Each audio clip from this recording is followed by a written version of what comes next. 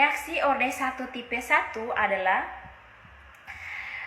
jenis reaksi kimia di mana laju reaksi sebanding dengan konsentrasi satu reaktan. Nah, ini berarti jika konsentrasi reaktan berubah, maka laju reaksi juga akan berubah secara proporsional. Atau dengan kata lain, konsentrasi reaktan itu berbanding lurus dengan laju reaksi. Nah, untuk reaksi orde 1 tipe 1 itu paling sering ditemui dalam reaksi peluruhan radioaktif dan juga di beberapa reaksi kimia sederhana. Nah, untuk persamaan laju reaksinya adalah rate sama dengan K dikali konsentrasi A, di mana K adalah konstanta laju reaksi dan A di sini sebagai konsentrasi dari reaktan A. Misalnya untuk reaksi sederhananya yaitu A menjadi B, itu dapat ditulis R sama dengan min dA per dt. Nah, menurut persamaan laju reaksi, karena reaksi merupakan tingkat 1 atau orde 1, maka dapat ditulis dapat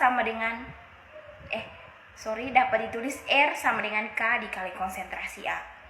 Selanjutnya, hubungan antara persamaan laju reaksi dengan definisi laju reaksi dapat ditulis dengan persamaan min dA per dt sama dengan K dikali konsentrasi A, atau dA per A sama dengan min K kali dt. Nah, jika persamaan ini diintegrasikan, maka bentuknya akan berubah menjadi integral dA per A sama dengan integral dari min K dt. Menjadi ln konsentrasi A sama dengan min KT.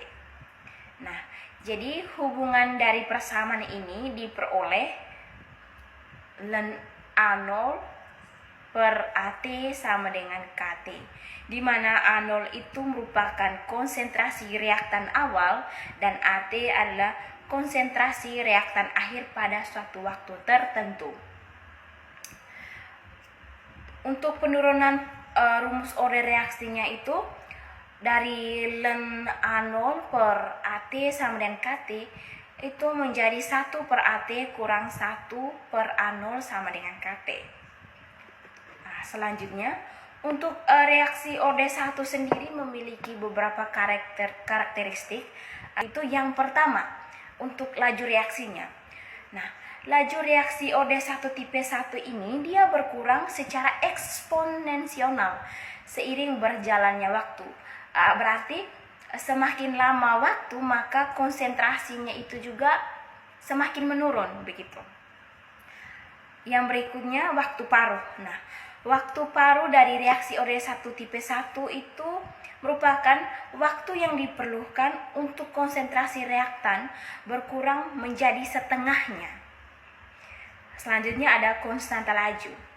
Nah, untuk konstanta laju reaksi orde 1 adalah ukuran kecepatan reaksi dan nilainya tidak bergantung pada konsentrasi reaktan. Yang terakhir, orde keseluruhan. Untuk orde keseluruhan dari reaksi orde 1 tipe 1 itu berjumlah 1.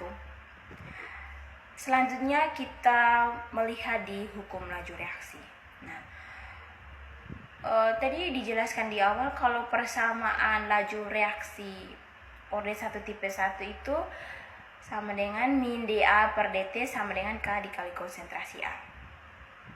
Nah, dari persamaan ini kita bisa lihat bahwa perubahan dari konsentrasi reaktan A seiring berjalannya waktu atau dt adalah sebanding dengan konsentrasi reaktan pada saat itu. Nah, untuk persamaan diferensial laju reaksinya itu dapat kita lihat pada slide. Untuk R-nya sama dengan min dA per dt sama dengan K dikali konsentrasi A. Nah, jadi dari persamaan ini kita bisa turunkan jadi min dA per A sama dengan K dikali dt. Untuk tanda minusnya itu berpindah ruas ke ruas kanan di K dt. Jadi persamaannya menjadi dA per A sama dengan min K kali dt. Nah, selanjutnya bisa kita tulis menjadi 1 per A D. Konsentrasi A sama dengan min K dt. Untuk selanjutnya kita bisa integralkan 1 per konsentrasi A per dA sama dengan integral min K dt. Dari integral ini kita bisa memperoleh bentuknya yang lain menjadi ln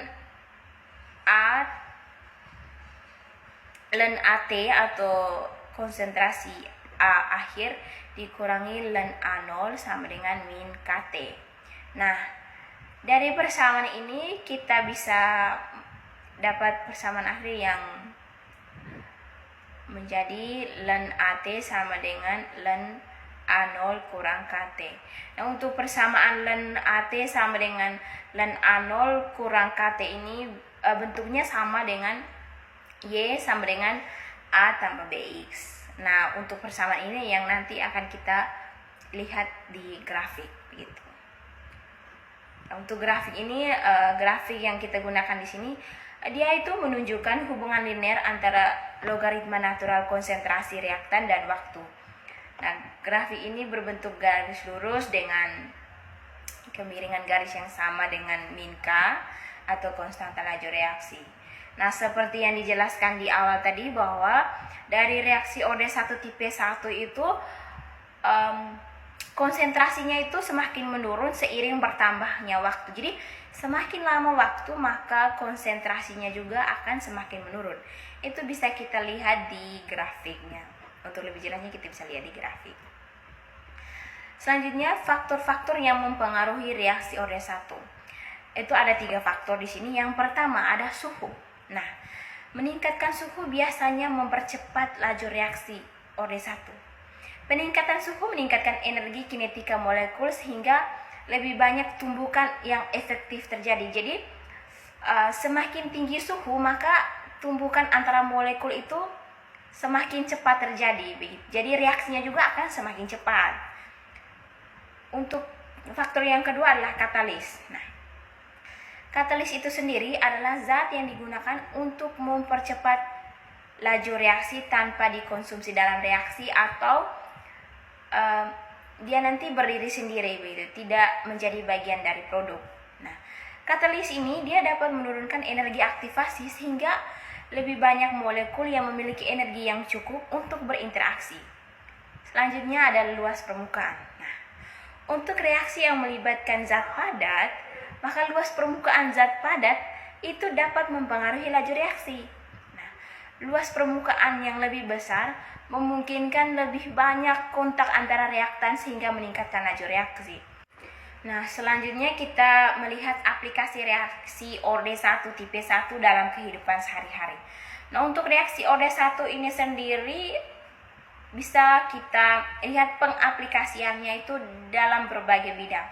Nah, di sini saya mengambil 3 bidang. Itu yang pertama, radioaktif.